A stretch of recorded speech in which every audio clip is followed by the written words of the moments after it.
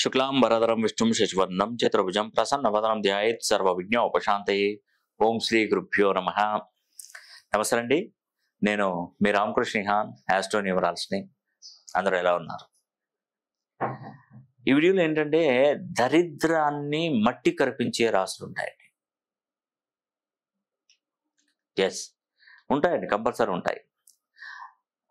అసలు కొంతమంది lucky persons ఎలా ఉంటారంటే, అసలు మనం అనుకుంటాం అసలు వీడు దేనికి పని చేస్తాడు, అసలు వీడు లైఫ్లో వీడు ఒక స్థాయికి కూడా ఎదగలేరు అని చాలామంది అనుకుంటారు. కానీ కాలం కలిసి వస్తే అసలు నిజంగా వాళ్ళు ఏ రేంజ్కి ఎదుగుతారో ఎవరు అసలు వాళ్ళని గుర్తించలేరండి.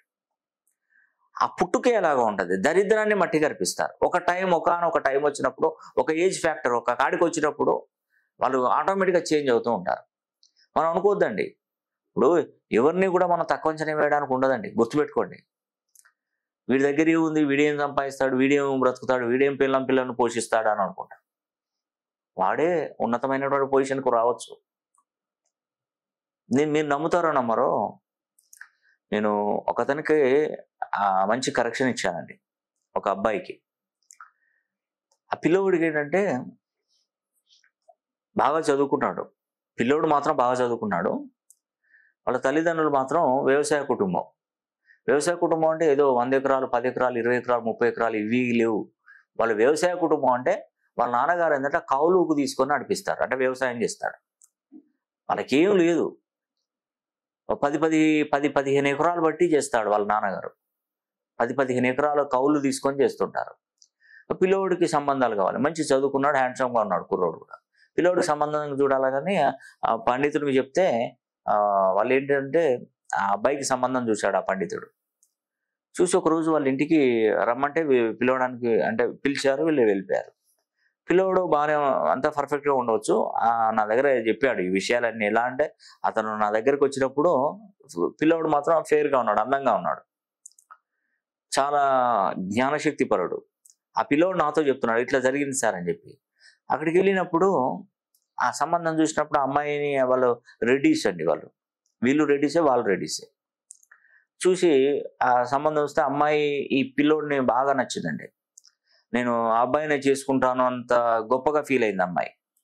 వాళ్ళ తల్లిదండ్రులు కూడా ఓకే అన్నారు, అంటే పర్లేదు ఇక మేము వివాహం చేసుకుంటాం అని చెప్పేశారు. కానీ ఈ పిల్ల వల్ల చిన్నాన్న ఉన్నాడు అతను వచ్చి ఒకసారి వాళ్ళ అన్నయ్యని తీసుకొని ఇంట్లోకి వెళ్ళి మాట్లాడి, వాడికి ఏం లేదు, వాళ్ళ నాన్నగారికి అసలు ఏం లేదు, వాళ్ళు పక్కన ఉన్నటువంటి చేలలో కూలీ వ్యవసాయం చేసుకొని బతికేవాళ్ళు, వాళ్ళకి ఆస్తిపాస్తులు ఏం లేవు, అలాంటి వాళ్ళ ఇంట్లో మన అమ్మాయిని ఇస్తే ఎలా ఉంటుంది అని చెప్పేసి వాళ్ళను అక్కడ నుండి ఎలా అంటే సూటిపోటి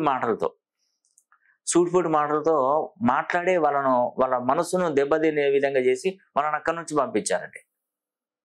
వాళ్ళ చిన్నాన్న డైరెక్ట్ మాకు ఈ సంబంధం నచ్చలేదు, మీరు వెళ్ళిపోవచ్చని డైరెక్ట్ వచ్చి అన్నాడంట. వాళ్ళ నాన్నగారు అన్నారు, ఎందుకు మరి అట్లా ఎందుకు, ఇప్పటిదాకా బాగానే ఉన్నారు కదా అంటే, మా అమ్మాయిని మీరు ఏం పెట్టి పోషిస్తారు, ఇంత లగ్జరీగా ఇంత మంచిగా చదువుకున్న అమ్మాయి, ఇంత బాగా రాజయోగాలు ఉన్నటువంటి అమ్మాయి, మాకు ఒక 20-30 ఎకరాల ఆస్తి ఆ అమ్మాయిది, మీకు చూస్తే ఏం లేదు, మీరు ఎలా పోషిస్తారు మా అమ్మాయి, మీరు ఎలా పంపించామంటారు అని చెప్పేసి అక్కడ ఉన్నటువంటి పండితుల్ని కూడా 4 మాటలు అనేసాడట. నీకు ఎలాంటి సంబంధాలు తీసుకురావాలో కూడా నీకు అర్థం కాదు అసలే, ఇంకొకసారి ఇలాంటి సంబంధాలు పట్టుకరాకని వాళ్ళ చిన్నాన్న ముఖం మీద కొట్టినట్ట. వాళ్ళ నాన్న ఓకే ఉన్నాడు, కానీ వీళ్ళ చిన్నాన్న దాన్ని ఎలగొట్టేశారు, పక్కన పెట్టేశారు. అది అబ్బాయి స్ట్రెస్గా మనసులో ఎక్కువగా ఫీల్ అనేది వచ్చేసిందండి అబ్బాయికి బాగా. వచ్చి నా దగ్గర, ఇది నాకు ఎప్పుడంటే నేను అమీర్పేటలో ఉన్నాను, నా ఆఫీస్ అమీర్పేటలో ఉండేది వరకు.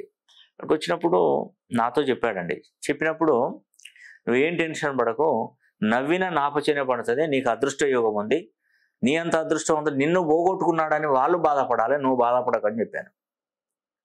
ఉన్నది కనిపించింది, అతన్ని హస్తరేఖలు చూపెట్టిన ఆయన హస్తరేఖలలో కూడా అరచేతిలో పుట్టుమచ్చుంది అబ్బాయికి. అరచేతిలో పుట్టుమచ్చున్నటువంటి వాళ్ళు ఎంత అదృష్టవంతులో తెలుసా? ఒక విధంగా చెప్పాలంటే కుబేరుని వారసులే వాళ్ళు. నువ్వేం టెన్షన్ పడకు అని చెప్పేసి ఆ పిల్లోడు కరెక్షన్ ఇచ్చిన తర్వాత ఆ పిల్లోడు ఒక కంపెనీలో ఆన్ సైట్ మీద విదేశాలకు వెళ్ళాడండి. ఇతని పర్ఫార్మెన్స్ చూసి ఆ కంపెనీ ఏం చేసిందంటే తనకి శాలరీ పెంచింది, ఇంకా డెవలప్ అయ్యాడు, ఆ కంపెనీకి CEO అయిపోయాడు. అతనికి ఇప్పటికీ అక్షరాల శాలరీ వచ్చేసి దాంట్లో ఆ షేర్స్ కూడా అతని మీద వచ్చాయి. అంటే దాదాపుగా ఒక 200 కోట్లకు ఎగబాకాడండి. 200 కోట్లకు ఎగబాకాడు. 200 కోట్లకు ఎగబాకాడంటే మామూలు కాదు. ఈ వీళ్ళ నాన్నగారిని ఏదైతే ఆయన ఎవరైతే కించపరిచారో, ఎన్ని ఎకరాలు ఉన్నదో అక్కడ ఉన్నటువంటి స్థలాన్ని, ఆ కౌలుకు తీసుకున్నటువంటి భూమిని మొత్తం కొనేశాడండి. అతనికి హైదరాబాద్లో విల్లా, వాళ్ళు US లో ఒక విల్లా, అంటే ఇల్లు కొనుక్కోవడం ఇక్కడ అక్కడ అని ఒక 200-300 కోట్లకు ఉన్నాడండి ఇప్పటికీ ప్రజెంట్. అంటే కాలం కలిసి వచ్చింది, అదృష్టం. ఇప్పుడు ఆ సంబంధం వాళ్ళ చిన్నాన్ని ఎత్తగొట్టాడు. ఇప్పుడు అమ్మాయి పరిస్థితి ఎలా ఉంటుందంటే కుమిలి వీళ్ళని చూసి, అబ్బాయి ఎంత పని చేసావురా, నువ్వు వేస్ట్ పని చేసావు, మేము ఒప్పుకున్నాం, మా దరిద్రుడు అని చెప్పేసి ఆయన తిట్టుకునే పరిస్థితి వస్తుంది. కాబట్టి ఏంటంటే అదృష్టం అనేది ఎవడి సొత్తు కాదండి, గుర్తుపెట్టుకోండి. అది పేదవాడా, ధనికుడా, మామూలు వాడా, ఎవడైనా కానివ్వండి, అదృష్టం అనేది ఎవరికైనా కలుగుతుంది, కలిగి తీరవలసిందే. అయితే నేను గమనించింది ఏంటంటే దరిద్రాన్ని మట్టి కరిపించే రాశులలో ఇప్పుడు నేను చెప్పినటువంటి అబ్బాయి రాశి తులారాశి. ఆ తులారాశి అనేది కంపల్సరీ ఉంటుంది, కంపల్సరీ. తులారాశి ఒకటి, వృషభ రాశి ఒకటి, సింహం ఒకటి, కుంభరాశి ఒకటి. ఈ 4 రాశులు దరిద్రాన్ని మట్టి కరిపిస్తారండి. దరిద్రానికి చుక్కలు చూపెడతారు వీరు. స్ట్రెంత్ గొప్పదండి, చాలా గొప్పది. మీరు మీ ఇంట్లో మీ పిల్లలు కానీ ఎవరైనా ఇలాంటి రాశులలో ఉంటే ఒకసారి వాళ్ళ పేరుని 270 degrees 360 degree కోణంలో ఆ పేరు బలాన్ని పెంచాలి. తప్పకుండా బాగుపడతారండి పిల్లలు. చాలా మంది మీరు అనుకుంటారు ఎప్పుడు కూడా నన్ను గెలవాలి, నాతో మాట్లాడాలి అని కూడా చాలా మంది అనుకుంటారు. కానీ అది సాధ్యం కాకపోవచ్చు, మీకు సాధ్యం అవ్వట్లేదు. కానీ ఎప్పుడైతే మీకు టైం స్టార్ట్ అవుతుందో, రైట్ టైం స్టార్ట్ అవుతుందో, అప్పుడు అన్ని వలయాలను ఛేదించుకొని మీరు నా దగ్గరికి రాగలుగుతారు. అవునండి, నేను ఏదో ఆషామాషిగా చెప్పే న్యూమరాలజీ, ఆస్ట్రాలజీ కాదు, గుర్తుపెట్టుకోండి. అవునండి, నేను బల్లా గుద్ది చెప్తున్నాను. 100కు 100% రిజల్ట్ వచ్చేదే న్యూమరాలజీ. ఇది మాటల న్యూమరాలజీ కాదు, చేతల న్యూమరాలజీ అనేది నిరూపించాను ఎన్నో మంది కుటుంబాలు. ఏదో 1,00,000 మంది తీసుకున్నా కాడ ఒక 100-200 మంది పోతే తప్పే ఉందండి, నా తప్పేం లేదు కదా. నేను ప్రయత్నించాను కదా. ఒక 100-200 లక్షలో ఉంటుందండి. మనం భోజనం చేస్తుంటా కూడా ఒక మెతుకు పల్లెంలో దాటి కింద పడిపోతుంది. దానికి అంత మాత్రానికి మనం బాధపడవలసిన అవసరం లేదు. ఒక జాలరి చేపలు పట్టడానికి వేటలో అనుభవంతో వెళ్తాడు. ఒక టైంలో ఒక్కొక్కసారి ఏమవుతుందంటే అది ఎవరి తప్పిదమో కానీ చేపలు పడవు. ఇప్పుడు చాలా మంది డేట్ ఆఫ్ బర్త్లు ఉంటాయి, చాలా మంది వాళ్ళు అదే నమ్మకంతో వస్తారండి. మా అమ్మని చెప్పారండి, మా అమ్మ నాన్న ఇది రాసి పెట్టారు, ఇది అనిస్తారు. నేను దాని ప్రకారం క్యాలిక్యులేషన్ చేస్తాను. ఆ డేట్ ఆఫ్ బర్త్ వాళ్ళు తప్పు చెప్పారు అనుకోండి, దీనికి రిజల్ట్ రాదు. అవునండి, అది ఎవరు తప్పిదం? వాళ్ళ తప్పిదమే. ఇప్పుడు ప్రతి 2 గంటలకు ఒకసారి లగ్నాలు చేంజ్ అవుతూ ఉంటాయి. ఆ లగ్నాలు చేంజ్ అయినప్పుడు వీళ్ళు అటు ఇటుగా చెప్తారు. లగ్నాలు చేంజ్ అయితే మొత్తం టోటల్ జీవితం మొత్తం డిఫరెంట్గా మారిపోతుంది. అందుకే జెన్యున్గా చెప్పాలి. నా దగ్గరకు వచ్చినప్పుడు డేట్ ఆఫ్ బర్త్ ఉందంటే ఉందని చెప్పండి, టైమ్ ఆఫ్ బర్త్ ఉందంటే ఉందని చెప్పండి. లేదు నాకు డేట్ ఆఫ్ బర్త్ లేదు, టైమ్ ఆఫ్ బర్త్ కరెక్ట్గా కాదు అని చెప్తే నేనే చూసుకుంటాను కదా. గవ్వలు వేస్తాను, తాళపత్ర గ్రంథాలు చూస్తాను, హస్తరేఖలు పరిశీలన చేస్తాను. నాకు మనోశాస్త్రం, మనోవిజ్ఞాన శాస్త్రం ఉంది. అంటే ఒక మనిషి అతని మాటలు వింటే చాలు, దాని గురించి నేను చెప్పగలుగుతాను. ఒక వ్యక్తి, మీరు నమ్ముతారో నమ్మరో,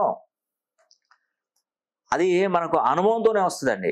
మా గురువుగారు చెప్పింది అదే, మనోనేత్రం ద్వారా చూడాలి. వాళ్ళ జ్ఞానాన్ని, వాళ్ళ సముపార్జన వాళ్ళతో కలిసిపోవాలి మనోనేత్రం ద్వారా. అది నిజమండి, అది నిజంగా జరుగుతుంది. ఎందుకంటే ఒక వ్యక్తితో నేను ఫోన్లో మాట్లాడినా, ఒక వ్యక్తి నా దగ్గరకు వచ్చి కూర్చున్న తర్వాత నేను మనోనేత్రం ద్వారా, అంటే మనస్సు ప్రసన్నం చేసుకొని లగ్నం చేసుకుంటాను. వాళ్ళు చెప్పేది వాళ్ళు చెప్తుంటారు, కానీ ఆ మాటలు నాకేమీ వినపడదు. నేను డెప్త్గా వెళ్తాను, సూటిగా వెళ్తాను. మొత్తం total everything A to Z scan చేస్తాను వాళ్ళని. వాళ్ళ మాట మాట్లాడితే చాలు, నేను అన్నీ చెప్పగలుగుతాను. ఆ శక్తిని ఆ భగవంతుడు నాకు అనుగ్రహించాడు. నేను చెప్తున్నాను, ఎన్నో లక్షల కుటుంబాలలో వెలుగు నింపిన ఘనత అండి ఈ న్యూమరాలజీ, ఆస్ట్రాలజీ. ఈ శాస్త్రం నాకే కాదండి, నా గురుగారు నాకు 9 మంది గురువుల దగ్గర శిష్యులు, 18 మంది శిష్యులకు మాకు ధారపోసారు జ్ఞానాన్ని. ఉంటదండి, ఏదైనా ఉంటది, ఉండకుండా ఉండదండి. దరిద్రాన్ని మట్టి కరిపించే రాశులలో తులారాశి, వృషభ రాశి, సింహరాశి, కుంభరాశి, ఈ 4 రాశులు ఉన్నాయి. ఇందులో మీ రాశి ఉండాలని కూడా భగవంతుని కోరుకోండి.